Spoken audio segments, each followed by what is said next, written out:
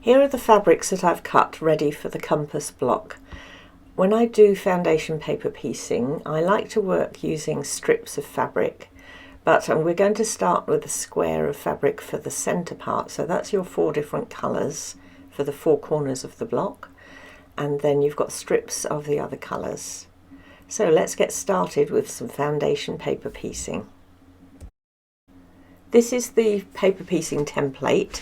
You're going to need to print 4 copies of this, and you're going to use 1 for each corner of the block. Here's everything I need to do my first block. I've got my foundation pattern and I've cut out roughly around the edges. The dashed line is for when you've finished, so make sure you've got a bit of room around there for trimming at the end. And I have my fabrics here. So piece 1 is the square, and what I'm going to do first of all is to put that right side down and put it behind number 1. So I'm going to hold that up to the light and make sure that I've got at least 1/4 inch outside all 4 of these lines, and I'm going to pop a pin in to hold it in place. Like that. Next, I'm going to fold my paper on stitching line number 1. You want a piece of thin card, or I'm using a metal ruler here, something quite thin so that you get a good sharp line. Place it on line number 1 and fold. And you can see that you'll see this fabric popping out behind. So we're going to trim this fabric, put it on our cutting mat. If I had my add a quarter ruler with me, I would be using that now, but I haven't got it, so I'm going to put the ruler on top of the cutting mat with 1/4 inch line on the fold, so it's sticking out past that fold by 1/4 inch. And then that's my first trim.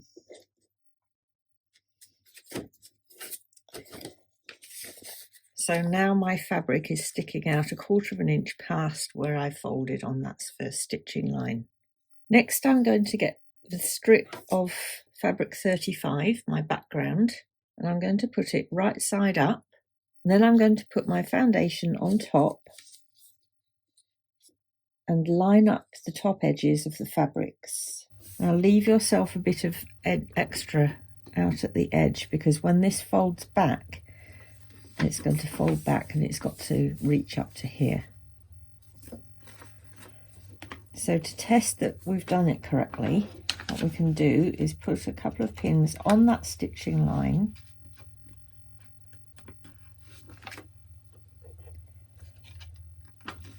So it's kind of simulating where we're going to be sewing. Like that. Turn it over. Fold your fabric up.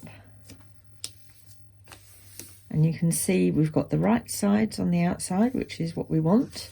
And if we hold it up to the light, the fabric is reaching past this dashed outside line all the way around here. And it's reaching at least 1/4 inch past this line here, which is going to be our next line. So that's all looking really good. Now we're going to do some stitching. I'm going to stitch on my line 1, and I've extended these lines when I drew them because you want to start and cross over the other stitching lines. So I'm going to start right at the edge of where I drew my line and finish right at the end of where it's drawn to. So just staying on that line.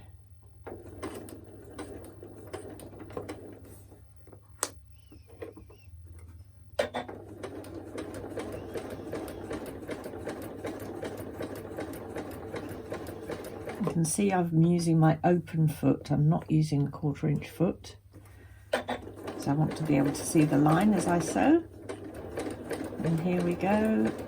So we're going to cross over stitching line 2 and go up to the end of stitching line 1.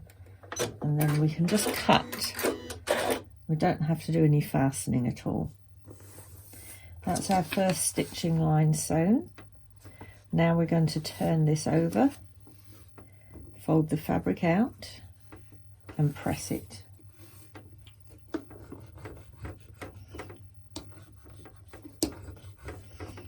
You can do that with an iron or with your roll and press. That's the first line done. Next we're going to do stitching line 2. So I'm going to turn my work like this.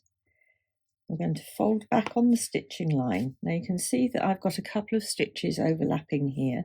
So I'm going to put my finger on the fabric and just pull the paper back from there before I use my little ruler to fold on the line.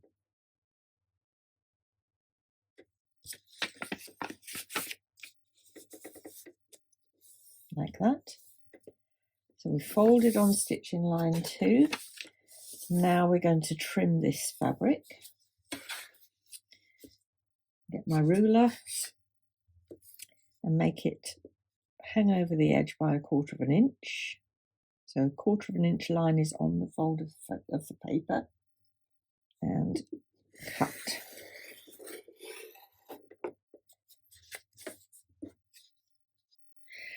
Now I'm going to take this and pop it onto the strip of background fabric. I think I'll put it this way up. And just allow yourself plenty of room. Open the paper out. Pop a couple of pins in along the stitching line.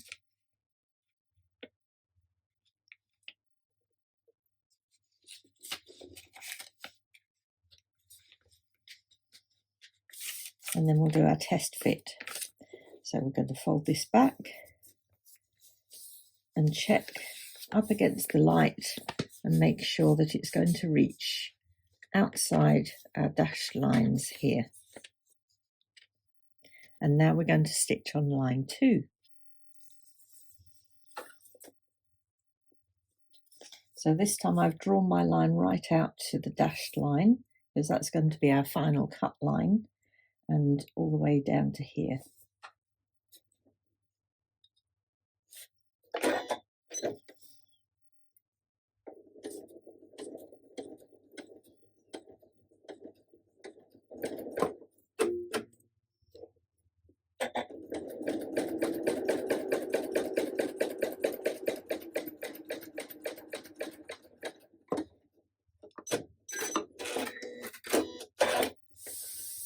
There we go. So once we've stitched, turn it over, fold this back and press. You really want to make sure you don't get pleats in these seams here, because that stops everything working properly. So that's my background on. Before we move to the next step, I'm going to just trim some of the excess. If you're ever doing trimming of excess, always make sure that before you do it, you've folded these back, because if you leave them like that, you'll have a disaster. So just make sure they're like this, so you can see them right side up on this side. Flip it over, and then we can do a bit of trimming just to keep everything manageable. We'll come back and do the proper trimming right at the end.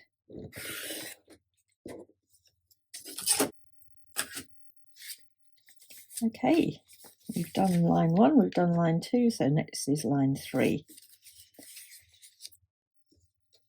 Get rid of this bit of thread. So I'm going to put my finger on the stitches with the fabric and tear the paper back. Get my ruler, fold back on the stitching line.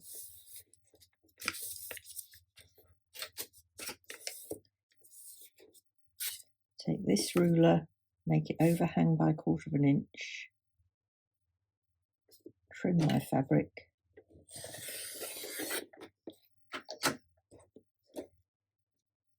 Now my fabric for positions 4 and 5 is my blue, fabric 1, this one. So I'm going to pop my strip of fabric right side up and place this on top.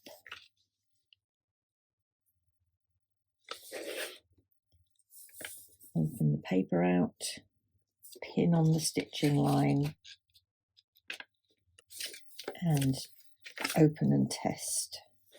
I have loads here, so I have plenty there. So now we're ready to stitch on line 3. It doesn't matter which direction you stitch in, I'm just going so that I've got the heads of my pins towards me, and because I'm left-handed I might have pinned it the other way around to you, so if you end up starting up here, it's not a problem.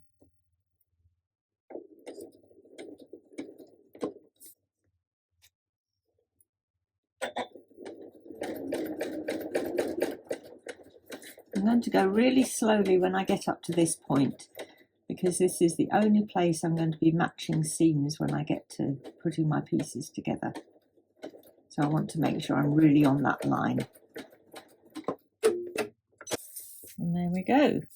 Turn it over, fold the fabric back and press.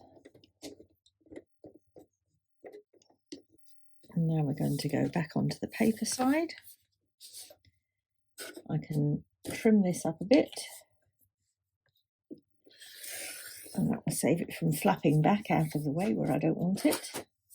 So we're going to fold now on stitching line 4. There are 2 bits of sewing that we need to tear our paper away from. Those 2.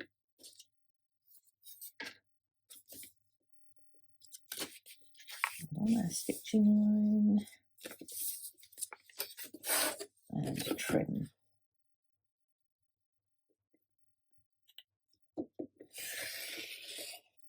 Now we're going to grab this final piece. So if you've had one long strip, this would be the remainder of your strip.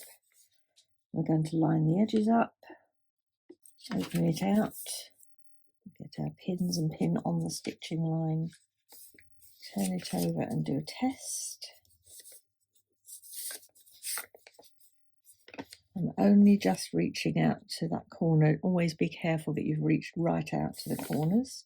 If I wasn't quite there, I could always move my strip along a little bit to make sure that it's over both of the corners there. In fact, I might just do that, just to make sure.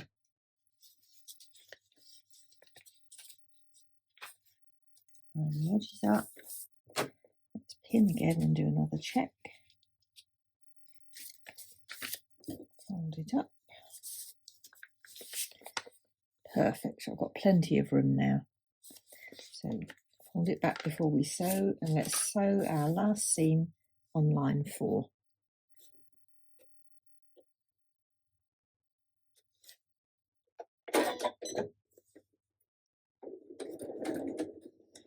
Again, it's this place here where we're going to be matching points up, so that's where I'm going to go really slowly.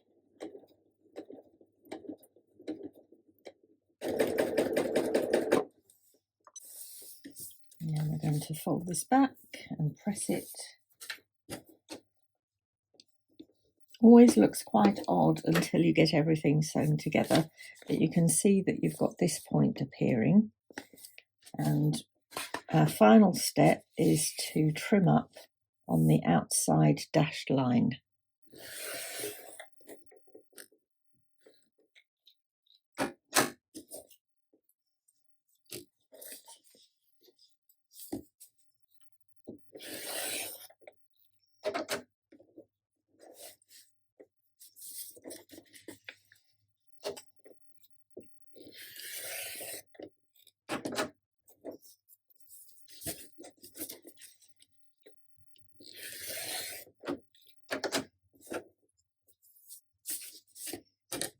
And there we are. So that's one quadrant of our foundation paper pieced compass, and we're going to make 4 of these in total. Each one has a different colour here, and then we'll be ready to start putting them together, and then we're going to applique the oval over the top.